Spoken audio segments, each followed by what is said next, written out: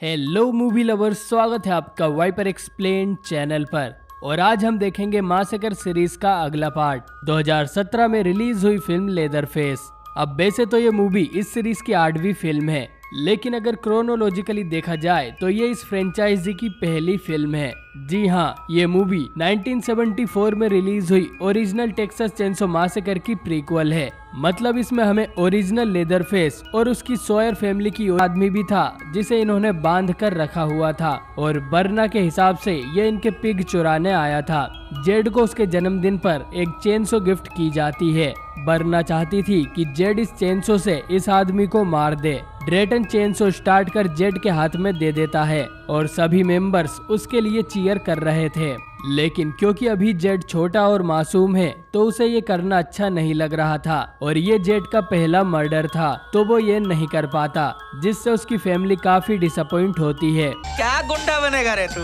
अब इस आदमी को किसी को तो मारना ही था, और हम जानते हैं कि सॉयर फैमिली में बेस्ट किलर ग्रैंडपा है। ग्रैंडपा एक बड़ा सा हथौड़ा उस आदमी के सर में मारता है और उस आदमी की मौत हो जाती है। कुछ समय बाद हम एक कपल बेटी और टेड को देखते हैं जो कि कंट्री रोड से होते हुए कहीं जा रहे थे। अचानक ही इनकी गाड़ी के सामने पिग जैसी कोई चीज आती है और टेड ने उसे अपनी गाड़ी से उड़ा ही दिया था। गाड़ी रोकने के बाद बेटी उतरकर देखती है कि ये कोई पिग नहीं था, बल्कि एक छोटा बच्चा है जिसने एक काऊ का मास्क पहना हुआ था। ये लड़का बेटी से कहता है कि वो मुसीबत में है और उसे मदद चाहिए। इतना कहकर ये जंगल में भागने लगता है। बेटी को उसकी चिंता होती है और टेड के मना करने के बावजूद वो उसके पीछे जाती है। उसका पीछा करते हुए बेटी सॉयर फार्म में पहुंच जाती है जिसके अंदर हड्डियों से डेकोरेशन की गई थी। बेटी यहाँ लगे हुए एक ट्रैप में गिर जाती है जिससे वो बुरी तरह से घायल हो जाती है, और वो बच्चा और कोई नहीं जेड ही था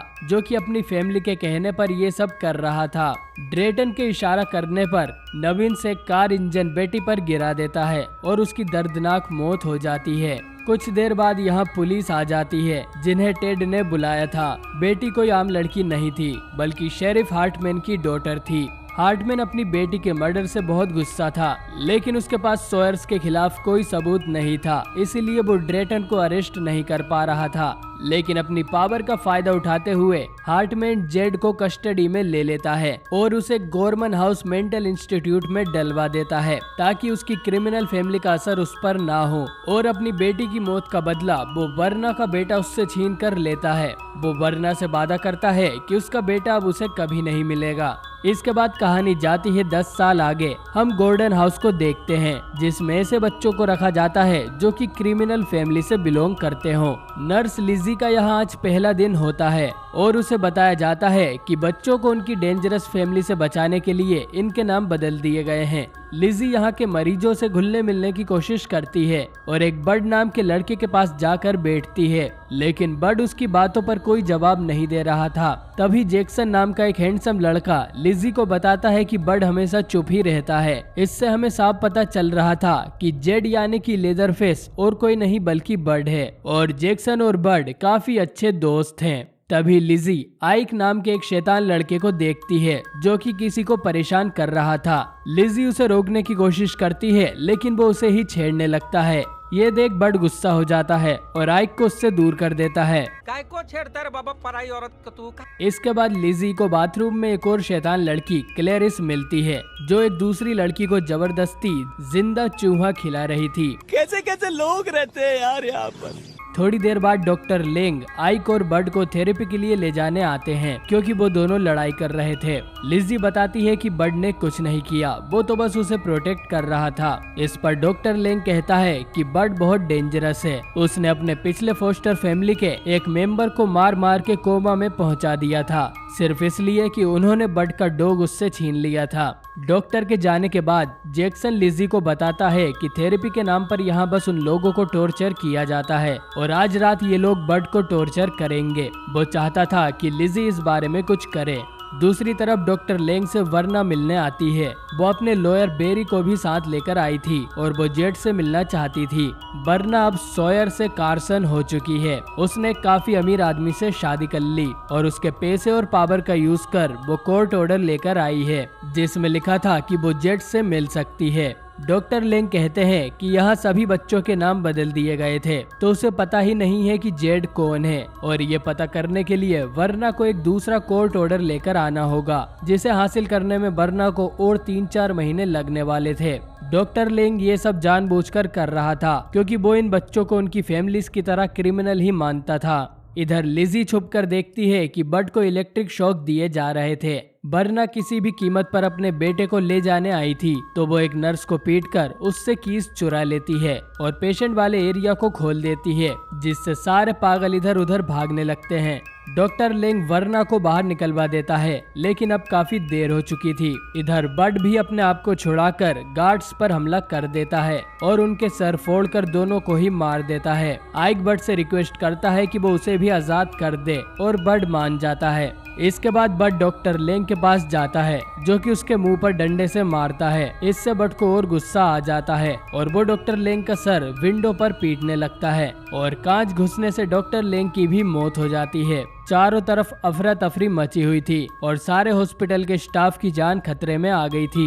लिजी एक नर्स के साथ बेसमेंट की तरफ भागती है, लेकिन तभी एक पागल वहां आकर उस नर्स का गला काटकर उसे मार देता है। वो लिजी को भी मारने आगे बढ़ता है, लेकिन तभी जैक्सन वहां आकर लिजी को बचा लेता है और उस पागल को मार देता है। इसके बाद जैक्सन और लिजी वहां से बाहर निकल आते हैं, लेकिन बाहर आइक और क्लेरिस उन दोनों को होस्टेज बना लेते हैं और बेहोश कर डिग्गी में बंद कर देते हैं। रास्ते में उन्हें बर्ड भी मिलता है, और क्योंकि उसने आइक को आजाद किया था, तो वो उसे भी गाड़ी में बैठा लेता है। कुछ दूर जाने पर ये अपने हॉस्पिटल वाले कपड़े बदल लेते हैं। आइक कहता है कि वो सभी मेक्सिको जा रहे हैं, वहाँ उसके पेरेंट्स रहते हैं और वो लोग भी उसके साथ चल सकते हैं। बर्ड और जैक्सन को अपनी फैमिली के बारे में कुछ भी याद नहीं था, तो वो इसके लिए मान जाते हैं। और लिजी इनके साथ इसीलिए थी कि अगर इन्हें रास्ते में पुलिस मिले तो वो लिजी को आगे कर आसानी से भाग सकते हैं। आइक उन तीनों को धमकी देता है कि अगर उन्होंने भागने की कोशिश की तो वो उन तीनों को मार देगा।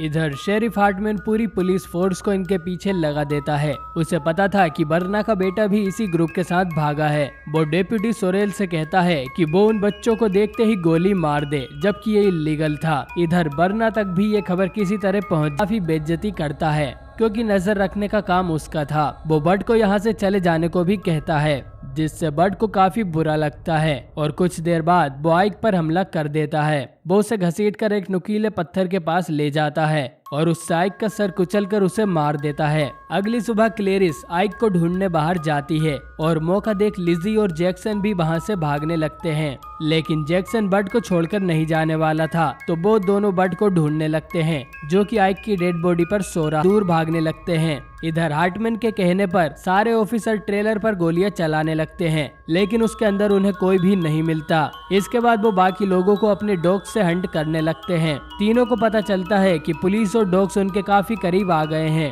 जेड की नजर वहां पड़ी एक मरी हुई काऊ पर जाती है और वो तीनों उसके अंदर ही छुप जाते हैं, जिससे डॉग्स को उनकी स्मेल नहीं आती और पुलिस वहां से आगे बढ़ जाती है। और पता नहीं जैक्सन, लिजी और बर्ड ये तीनों एक काऊ में कैसे फिट हो गए। खैर, वो तीनों उससे निकलकर जंगल में आगे बढ़ने लगते हैं। लिजी को एक पुलिस कार दिखाई देती है और वो उससे मदद मांगने के लिए चिल्लाने लगती है। जैक्सन उसे रोकने की कोशिश करता है, पर वो नहीं सुनती। वो पुलिस वाला अपने बाकी ऑफिसर्स को भी इन्फॉर्म कर वहां बुला लेता है।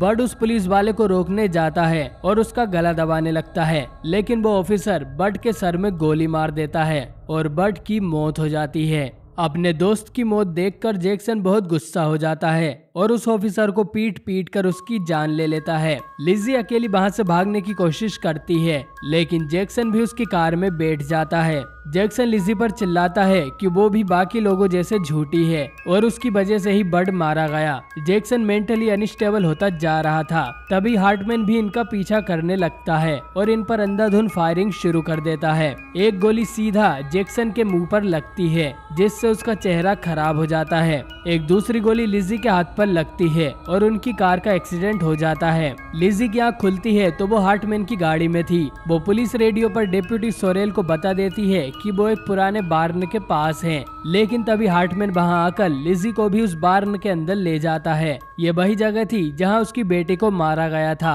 और जैक्सन को हार्टमैन ने उसी ट्रैप के ऊपर लटकाया हुआ था। और यहाँ आता है कहानी में ट्विस्ट। हार्टमैन बताता है कि जेडिडाया सोयर और कोई नहीं बल्कि जैक्सन ही है। मारो मुझे मारो मारो। नहीं, ये मजाक हो रहा है, एक सेकंड यार, मजाक हो। इधर डेप्यूटी सोरेल बर्ना को जाके सब कुछ बता देता है कि जेड को हार्टमैन कहाँ लेकर गया है। वो सुरेल ही था जो बर्ना तक सारी खबरें लीक कर रहा था। इसके बाद सुरेल बर्ना से अपना इनाम मांगता है और उसके बेटे सुरेल को घायल कर पिग के सामने पटक देते हैं और वो पिग सुरेल को नोच नोच कर खा जाते हैं। इसके बाद सभी सोयर्स जेड को बचाने के लिए निकल पड़ते हैं। बर्ना एक चेनसो लेकर यहाँ आती है ताकि जेड को सब कुछ याद आ जाए कि वो सोयर फैमिली का हिस्सा है। हार्टमैन बर्ना पर गन पॉइंट करता है लेकिन ड्रेटन पीछे से उसे मारकर उसे बेहोश कर देता है। इसके बाद सोयर्स जेड को बाहर निकालकर अपने घर ले आते हैं जहाँ बर्ना जेड के मुंह पर टाके मार देती है और उसे एक सपोर्ट मजल भी पहनाती है। इधर लिजी और हार्टमैन को सोयर हाउस में होश आता है। लिजी और हार्टमैन दोनों वहां से भागने की कोशिश करते हैं लेकिन पकड़े जाते हैं। इसके बाद बर्ना जेड को बुलाती है। जेड अपनी चेनसो लेकर यहाँ आता है। जेड के साथ इतने सालों तक जो भी टॉर्चर हुआ है उसका जिम्मेदार हार्टमैन ही था और बर्ना के कहने पर जेड अपनी चेनसो हार्टमैन के सीने में उतार देता है और हार्टमैन की दर्दनाक मौत हो जाती है। लिजी अपने आप को छुड़ाकर जंगल में भाग जाती है और बर्ना अपने तीनों बेटों को उसके पीछे भेजती है। लिजी किसी तरह इनसे बची गई थी लेकिन भागते हुए उसका पैर एक बियर ट्रैप में फंस जाता है। लिजी जेड से कहती है कि वो उसे ना मारे, वो एक अच्छा आदमी है और वो अपनी कमीनी माँ की बात ना सुने। लेकिन ये सुनते ही जेड चेनसो से लिजी की गर्दन उड़ा देता है। अगले दिन सोयर सभी डेड बॉडीज को पिग्स को खिला देते हैं और सारे सबूत मिटा देते हैं। वहीं जेड लिजी के चेहरे की स्किन निकालकर उसका फेस मास्क बनाता है और पहन लेता है और ये वो पल था जब जेड पूरी तरह से लेदर फेस बना और ये फिल्म यहीं पर खत्म हो जाती है। दोस्तों, ये फिल्म आपको कैसी लगी कमेंट करके जरूर बताएं। मुझे तो ये फिल्म काफी अच्छी लगी है और ये बाकी चेनसो मूवीज से काफी हटकर भी थी। मुझे बस एक चीज पसंद नहीं आई कि बर्ड जैसे इतने अच्छे कैरेक्टर को एक ट्विस्ट के लिए वेस्ट कर दिया गया। तो दोस्तों, इस मूवी की कहानी कंटिन्यू होती है सीरीज के पहले पार्ट में जिसे मैं ऑलरेडी एक्सप्लेन कर चुका हूं। तो अब आप जल्दी से उस पार्ट को भी देख लीजिए और फिर उस पार्ट से ये कहानी कनेक्ट होगी 2013 में आई टेक्सास चेनसो 3D से, जिसे मैं बहुत ही जल्द एक्सप्लेन करने वाला हूं। तो ये वीडियो पसंद आई हो तो इसे लाइक करें और चैनल को सब्सक्राइब कर बेल आइकन जरूर से ऑन कर लें। मैं मिलता हूँ आपसे बहुत ही जल्द एक नई वीडियो के साथ।